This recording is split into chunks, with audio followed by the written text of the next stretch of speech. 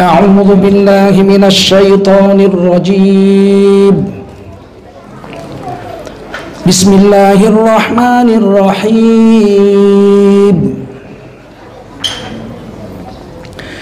يا أيها الذين آمنوا اتقوا الله وقولوا قولا سديدا يصلح لكم أعمالكم ويغفر لكم ذنوبكم ومن يطع الله ورسوله فقد فاز فوزا عظيما.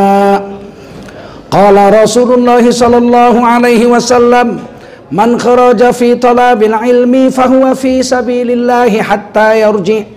Baginda Rasul bersabda, siapa keluar dari rumahnya atau keluar dari tempatnya untuk mendapatkan ilmu, maka orang itu adalah orang yang berjihad fi sabilillah sampai dia kembali ke tempatnya. Amin. Mudah-mudahan kita semua mendapatkan pahala jihad dari Allah Subhanahu wa taala. Amin. Shadaqallahul azim wa sadaqa rasuluhun nabiyul karim wa nahnu ala dzalika minasyahidin wasyakirin walhamdulillahi rabbil alamin. Para ulama, tuan-tuan guru, para ustadz yang berhadir yang dimuliakan Allah Subhanahu wa taala, para umarok, Bapak Camat yang hari ini sedang memperingati 40 hari wafatnya almarhumah Ketua Tim Penggerak PKK Kecamatan Tualang, Kabupaten Siak. Berdoa untuk mayit itu sunnah, kapan saja. Kapan saja. Lebih afdol berdoa untuk mayit di kuburnya, di sisi kuburnya. Itu ditulis dalam kitab Ar-Ruh Imam Ibnu Qayyim Al-Zawji. Hadis-hadisnya lengkap. Adapun kirim doa dan sedekah untuk mayit hari pertama, hari kedua, hari ketiga, hari ketujuh, hari ke-40, ini dilakukan oleh para sahabat Nabi radhiyallahu anhum ajma'in. Jadi bukan pekerjaan bid'ah. Ditulis oleh Imam Suyuti dalam kitab Al-Hawilil Fatawi. Para sahabat Nabi itu, ini riwayat dari Tawus. Tawus itu sahabat kecil Rasul, tabi'in besar. Beliau mengatakan para sahabat Nabi itu kalau wafat saudara-saudaranya atau keluarganya, mereka akan sedekah selama 7 malam berturut-turut kalau yang mati itu orang soleh. Secara zahir kelihatan soleh.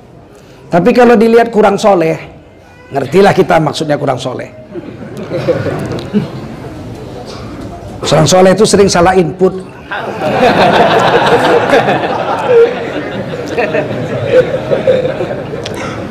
Suruh sholat subuh dia tidur, itu kan salah input itu. Suruh sholat zuhur dia makan siang, itu kan salah input. Sahabat-sahabat Nabi itu kalau yang wafat itu kurang soleh, mereka sedekah 40 hari untuk ahli keluarganya. Imam Suyuti yang tulis, dan hadisnya itu disahihkan oleh Imam Suyuti. Silakan dirujuk kitabnya Al-Hawilil Fatawi. Jadi kalau tak mau buat pun tidaklah wajib, tetapi Qur'annya ada. Wasari'u ila maghfiratin min rabbikum wa jannatin 'arduhas samawati wal ardh uiddat lil muttaqin. Rebutlah tempat pertama untuk mendapatkan surga dan keampunan dari Tuhanmu, yang mana surga itu seluas seluruh langit ditambah seluruh bumi. Uiddat lil muttaqin, yang disediakan Allah, dijanjikan Allah hanya untuk orang bertakwa saja. Siapa orang bertakwa? Disambung ayatnya.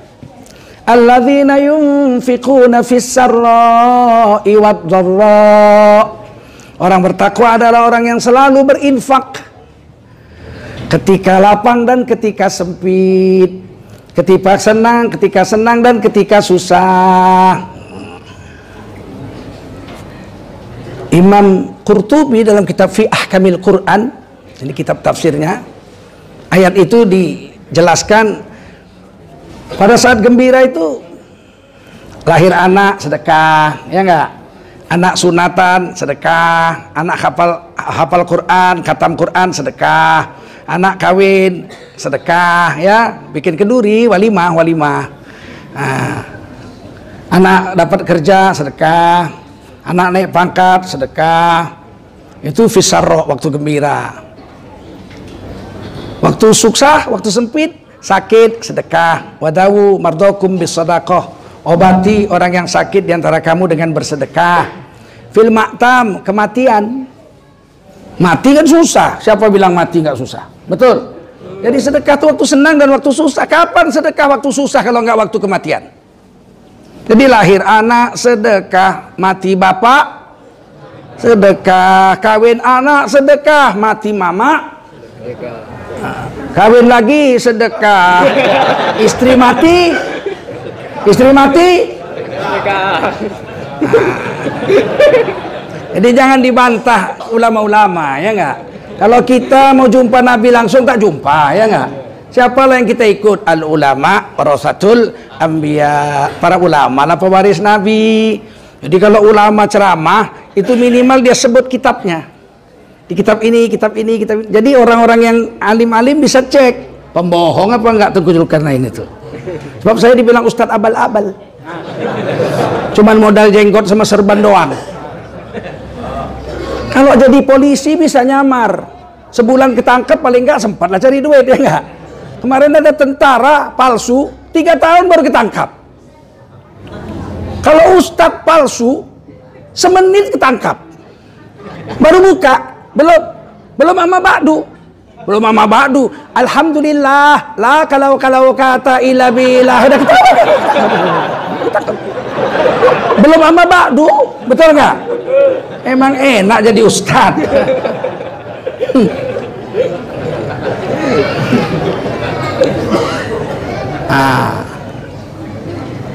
Semoga almarhumah Ibu Ketua PKK Kecamatan Tualang Kabupaten Siak disayangi oleh Allah.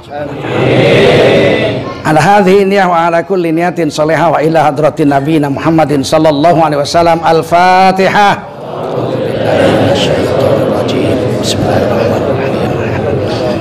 Ar-Rahmanir Rahim Maliki Yaumiddin. Iyyaka na'budu wa iyyaka nasta'in. Ihdinas siratal mustaqim. Amin ya Allah, amin ya Rahman, amin ya Rahim, amin ya Mujibas Sa'ilin. Allahumma bisiril Fatihah wa bi barakatil Fatihah wa bi karamatil Fatihah istajib du'ana wa hajatana wa tamim taksirona ya Arhamar Rahimin. Wa sallallahu wasallam ala sayyidina Muhammadin wa ala alihi wa sahbihi ajma'in walhamdulillahi rabbil alamin. Kata Imam Suyuti begitu. 4 mazhab, Imam Hanafi, Imam Maliki, Imam Syafi'i, Imam Hambali sepakat mengatakan hadiah pahala untuk mayat sampai. Hadiah pahala untuk mayat itu hadisnya sahih Abu Dawud dan lain-lain. Tapi mazhab Syafi'i khususnya mazhab yang saya anut, yang kita anut, mengatakan kalau sedekah duit, sedekah harta, barang itu langsung sampai. Tapi kalau sedekah Al-Fatihah atau ayat Quran mesti didorong pakai doa. Imam Syafi'i sendiri yang bilang itu. Kalau yang 3 lagi Al-Fatihah untuk si anu sampai aja dibaca. Ada Imam Syafi'i setelah baca Fatihah, ya Allah dengan keberkatan Fatihah terimalah hajat kami. Begitu harus ada doa, bidu'a illa bidu'a. Kecuali pakai doa. Maka saya tadi setelah Fatihah pakai doa karena saya bermadhab Imam Syafi'i. Paham? Bid'ahkah saya bermadhab Imam Syafi'i? Imam Syafi'i bukan Tuhan, bukan Nabi, dia bisa saja salah. Ya, tapi beliau hafal hadis 600.000. Orang Quraisy, ahli bahasa Arab, hafal Quran umur 7 tahun. Tapi bisa saja salah. Iyalah, apalagi kau.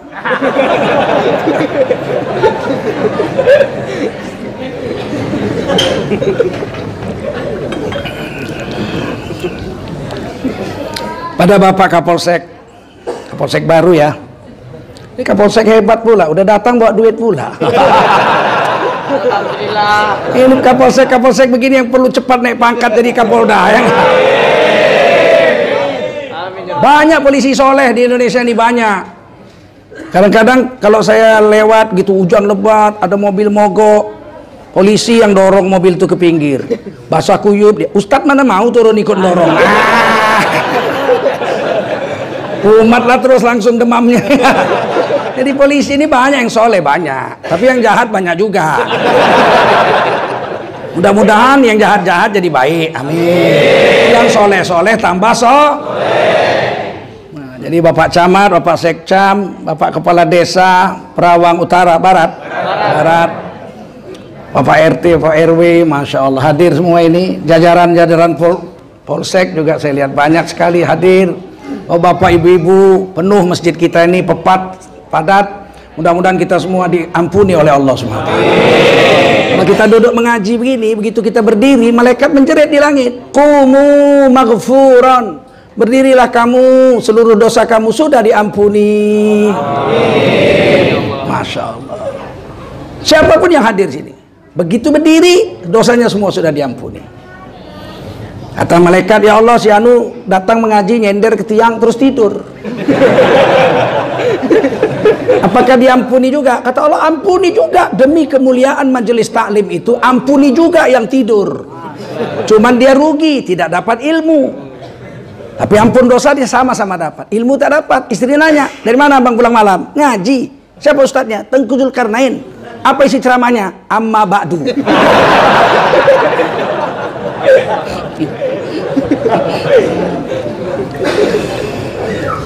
So, Bapak Ibu Saudara sekalian, wajiblah kita bersyukur pada Allah SWT. Salawat dan salam kita sampaikan untuk baginda Rasulullah Sallallahu Alaihi Wasallam. Ada beberapa poin yang ingin saya sampaikan. Yang pertama, tidak bosan-bosan saya sampaikan bahwa dari seluruh anugerah Allah yang pernah kita terima atau yang akan kita terima, maka anugerah yang paling berharga adalah anugerah iman. Tak ada lebih dari itu. Harta, pangkat jabatan, nama besar, kesehatan, dan kehidupan nyawa kita, ini sementara semua. Mati tinggal. Dari 4 nikmat itu, harta benda dunia, kesehatan, kehidupan, dan iman, yang paling berharga iman lah. Dibawa mati, betul? Kalau harta dunia yang dibawa mati hanya 3 lapis kain kafan. Setuju? 3 lapis kain kafan itu pun bukan duit kita membelinya, duit tetangga. Kalau tak dibeli tetangga, berdosa semua satu tetangga itu. Ya enggak? Kalian bungkus pakai daun pisang, berdosa kalian semua. Betul? Harta dunia yang dibawa cuma 3 lapis kain kafan, ceret aja dibawa pulang. Ceret, siramkan air mawar, ceret kuning. Habis dikubur kata istrinya, ceret tuh balik. Ceret pun bawa balik. Ampun dah. Kalau kami di Medan menurunkan jenazah, kalau tempatnya BC, itu dibikin peti, bawahnya kain. Peti tapi bawahnya kain. Waktu menurunkan peti itu pakai kain panjang. Dikerek pakai kain panjang, cek gitu kan. Selesai dikerek itu peti, angkat kain panjang tuh. Mahal tuh dibeli Solo katanya. Aduh, kain kafan pun diambil, ceret bawa pulang, botol pun dibawa pulang, botol, tikar tempat tahlilan situ bawa pulang juga. Tak ada yang mau dari benda dunia ini dibawa. Andai kata kita punya uang 2 miliar ikut dikubur, bukan berpahala, berdosa. Menyia-nyiakan ada mobilnya ikut dikubur, gila. Gak ada manfaat apa-apa, betul nggak? Tak ada yang mau. Harta dunia tidak ada yang ikut kecuali kain kafan.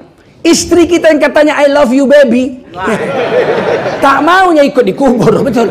Ibu, kalau suami ibu mati, mau ibu ikut dikubur hidup-hidup? Jawab kuat, mau nggak? Apalagi kami. Maaflah berdua, ya nggak?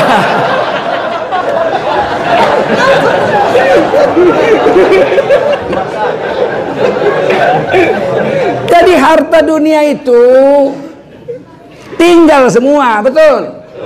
Belum pun mati kadang-kadang udah tak bisa dipakai. Belum mati sudah tak bisa dipakai.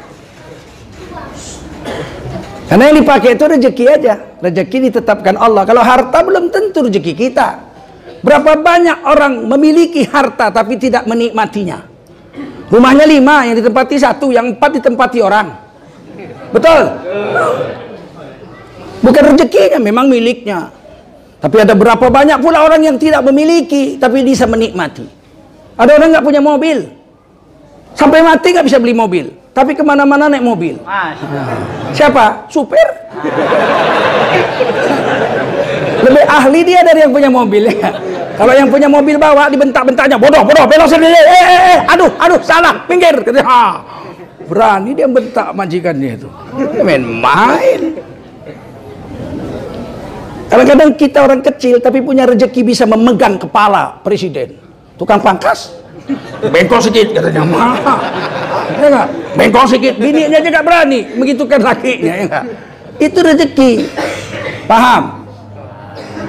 Jadi harta dunia ini kadang-kadang belum mati kita, sudah tak kita nikmati. Ada orang punya uang 70 miliar, banyak nggak? Rumahnya 10, mobilnya 10, bininya 4. Tapi ditakdirkan Allah rezekinya sedikit. Kena stroke, bengkok, habis. Semua tak boleh makan. Datang pembantunya pagi-pagi, assalamualaikum tuan. Waalaikumsalam. Wakiem namanya, Wakiem. Iya tuan. Hari ini masak sup buntut. Aku kepingin makan sup buntut. Kata Wakiem, tuan mau makan sup buntut? Iya, udah stroke. Ya, langsung jiun.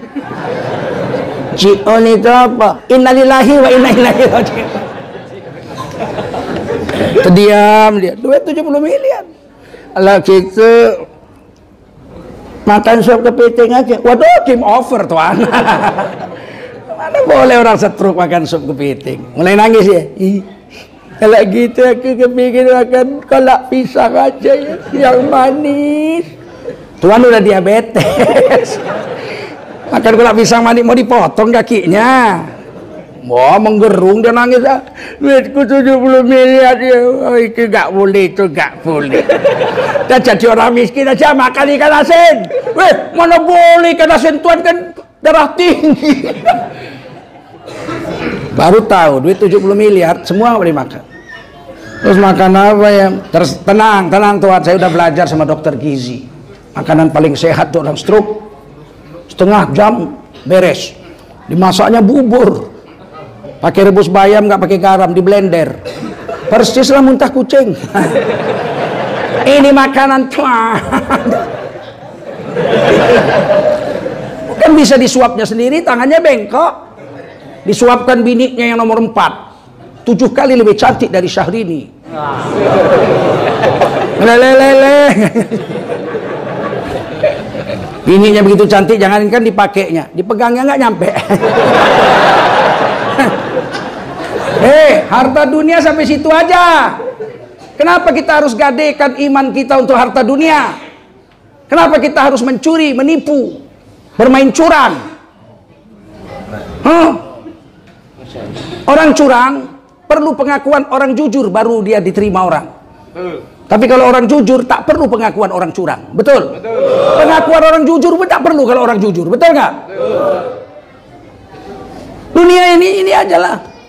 Dunia ini panggung sandiwara, ceritanya mudah berubah. Ada peran nyata dan ada peran berpura-pura. Mengapa kita bersandiwara? Betul nggak? Tampillah apa adanya aja, ya nggak? Tampil apa adanya saja. Orang menilai kok. Allah menilai. Seandainya seluruh manusia bilang kita jahat, kalau Allah bilang kita baik, kita jahat apa baik? Seluruh dunia bilang kita baik, tapi Allah bilang kita jahat, kita baik apa jahat? Terus ngapain? Ngapain kita terpengaruh dengan orang? Iya Pak, tapi kan kita makhluk sosial. Apa kata orang? Kan kita harus pikirkan apa kata orang. Tak ada. Itu pernah diucapkan Luqman Hakim itu, anak Luqman Hakim yang ditulis di Quran surah Luqman. Ada surah Luqman di Quran, betul? Luqmanul Hakim itu seorang wali Allah. Anaknya bilang, "Pak, kita ini harus mendengar apa kata orang." Kata bapaknya, "Untuk apa dengar kata orang? Kalau kata orang, nak, tak ada yang betul. Apapun kita buat salah kalau kata orang. Tak mungkin kita bisa menyenangkan semua orang." Kata anaknya, "Ya, tapi kita makhluk sosial, Pak. Kalau kata orang nggak kita ikut, gimana nasib kita? Ikut kata Allah saja. Ikut kata Rasul saja. Kata orang tak peduli kita itu, asal kata Allah kata Rasul betul, jalan. Kata anaknya, payahlah Pak, kita makhluk soleh. Ya, besok kita buktikan. Besok pagi diajak anaknya lah, diajak Luqman Hakim lah anaknya naik keledai. Keledai itu kecil, cuman lebih besar sedikit dari kambing. Keledai tapi kuat Pak. Itu keledai di India, di Pakistan dipakai itu sebagai alat pengangkat barang. Diletakkan barang di punggungnya saking banyaknya, terangkat kaki depannya. Namun jatuh enggak? Itulah hebatnya. Degelnya keledai itu.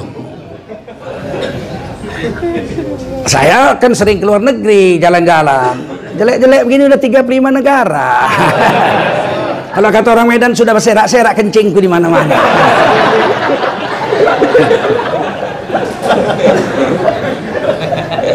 Naik keledai lah.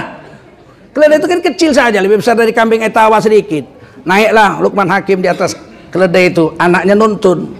Anaknya masih kecil kan nuntun. Lewat satu rombongan kabilah. Apa kata orang? Yuh, ini bapak tak tahu diri ini. Dia udah tua enak nangkring di atas keledai, anaknya masih kecil suruh jalan. Tak tahu diri jadi orang tua. Lewat satu rombongan, macam mana nak? Iya bapak di atas tak tahu diri. Ah kalau gitu gantian, kau di atas aku yang nuntun. Naik anaknya di atas, bapaknya nuntun. Lewat satu rombongan lagi, anak durhaka. Bapak udah tua suruh jalan, dia enak-enak nangkring di atas keledai, anak durhaka. Macam mana nak? Ya aku di atas durhaka Pak. Kalau bapak di atas tak tahu diri. Udah kalau gitu kita naik dua-dua. Naik dua-dua, lewat satu rombongan lagi. Manusia kejam. Keledai kecil dinaiki 2 orang. Gak punya perasaan. Macam mana nak? Iya, kita di atas dua-dua kejam, tak punya perasaan. Bapak di atas tak tahu diri. Aku di atas anak durhaka. Ya udah kalau gitu yang keempat kita buat, kita jalan aja dua-dua. Kau nuntun sebelah kanan, aku nuntun keledai sebelah kiri. Lewat satu rombongan, orang bodoh. Keledai kok cuma dituntun, cuma dikasih makan, buang taiknya, dinaikin. Bodoh. Cemana? Iya, bapak di atas tak tahu diri, aku di atas anak durhaka. Kita jalan dua-dua, manusia bodoh. Naik dua-dua dibilang tak punya perasaan, manusia kejam. Salah semua ya Pak, salah. Ada satu lagi nak. Apa? Yuk kita gendong keledai ini. Anaknya menggendong kaki depan, bapaknya gendong kaki belakang. Lewat satu rombongan lagi. Gila! Keledai digendong, gila! Biar tahu kita, kalau kita ikut apa kata orang, kita bisa dibilang gila, bisa bilang macam-macam. Makanya kita jalan adalah atas rel agama. Apa kata Allah dan kata Roh. Sudah peduli amat sama orang. Lantak kau lah situ ya enggak? Paham? Ngerti? Nanti kasih duit belok.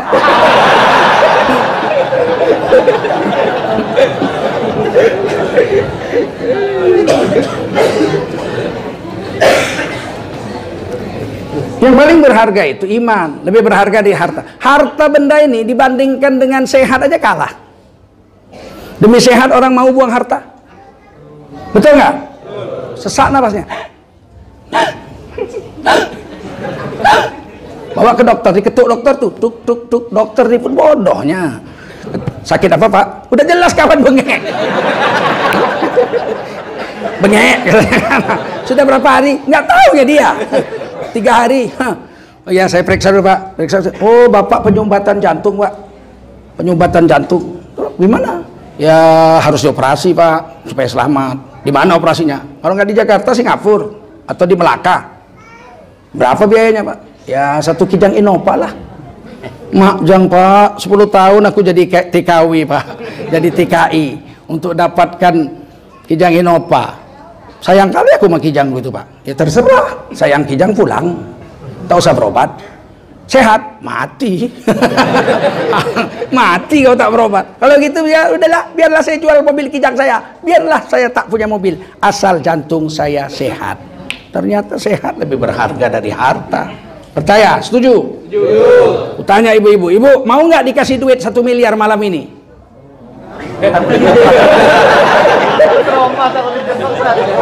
Cash, mau nggak? Tapi matanya disungkil 2. Mau nggak?